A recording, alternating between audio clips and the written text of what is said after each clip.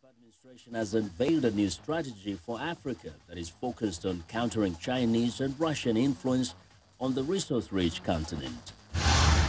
Efforts are underway to ensure access to potable water to nearly 11 communities, particularly in rural areas of Nigeria's Plateau State. In East Africa, people with the genetic disorder albinism face difficult lives marked by bullying, discrimination, and being hunted because of superstitious beliefs. Africa54 starts right now. Hello, welcome to Africa54. I'm Joke Rogers at Channels Television here in Lagos, and I'm joined by Vincent McCory at the Voice of America in Washington.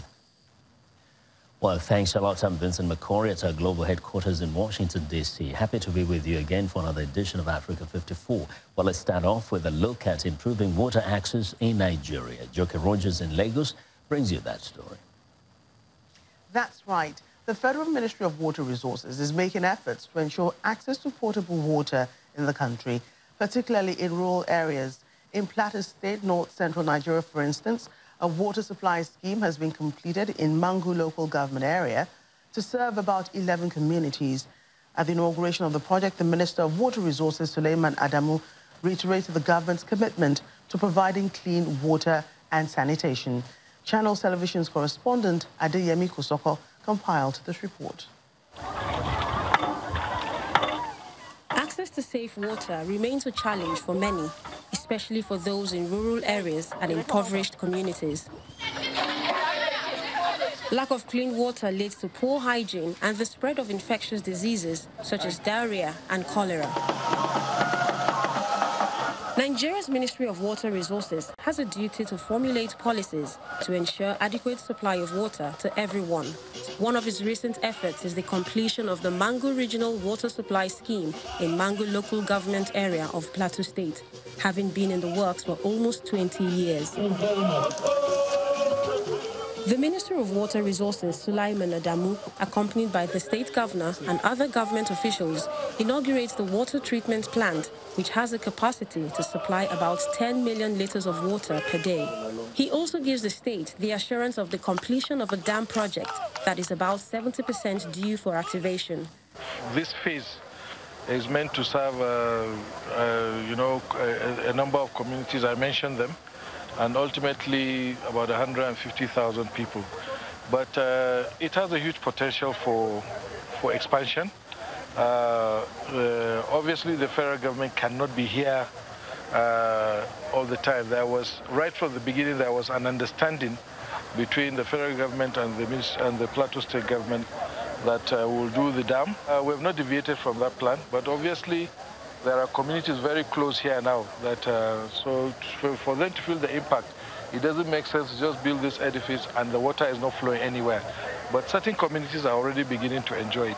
On his part, the governor says his administration is determined to follow through on a state of emergency declared on water and sanitation. We have seen the handing over of the phase one. It's for us to now move into the completion and also to do our work as a state. They have prepared the plan, and I'm going to present it to the public. Not only present it to the public, we already have a bill before the House of Assembly on issues of water and the policy on water. So that is to tell you that we are very keen on water. With the inauguration and handing over of the Mangu Regional Water Supply Scheme, 11 communities in Plateau State will start enjoying adequate supply of safe water for all purposes, including agricultural, industrial, recreational, and domestic uses. Like water and sanitation, quality education is one of the 17 Sustainable Development Goals aimed at improving the world. Now, joining us to talk about the role of tertiary education in national development is Professor Ngozi Osarere from the Department of Educational Foundation at the University of Lagos. And she's also a former Commissioner for Education, Edo State. You're welcome to the program. Thank you very much. Nice being here. So what's your assessment of education in the country at the moment? My holistic assessment of education is that we are not yet where I think we should be. We are still behind in terms of infrastructure, in terms of human capital development, in terms of instructional materials for our children, we are still not there. That is my opinion. There are many areas that need to be looked into to get education on the right track. Funding, for instance, what's the implication of the level of funding on the education in the country? You know, the unfortunate thing is that when people talk about funding and money is allocated to funding, what they seem not to understand is that it's funding for personnel costs, salary. But when they talk about, for me, it's not funding in education that is very key. What is key is investment in education. We need to invest in education because if you visit many of our schools, primary, secondary, tertiary, you will be shocked at the level of decay that is going on. The population is increasing and the facilities are not expanding. It's unfortunate that at the federal level, we are just having new universities, starting new universities. The ones we already have, we are not investing in them. We are not funding it properly so that the necessary facilities that will enhance quality learning and quality teaching should be in place. We are not doing that.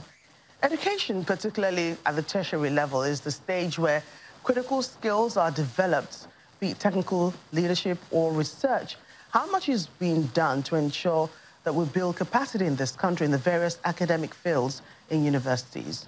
How much is being done is a relative thing. Relative in the sense that some measure of action, what I call motion without movement, is going on. We are not doing enough for us to have the capital, human capital, that will drive national development. We have to have a rethink. We have to sit back and tell ourselves to prioritize our issues. We have to make sure we provide enough funds for carrying out researches. We have to provide enough funds for the formulation of those research findings. So human capital development to drive proper and effective national development, we have to make sure that our tertiary institutions, whether it is at the College of Education level, polytechnic or university, are effectively and adequately funded and proper investment being put in place. So what do you think can be done to improve education such that it delivers the potential that education has to offer for development? It is the willpower, the political will to tell ourselves that this is a priority, that the future is the knowledge economy that drives any economy. Knowledge economy drives economy.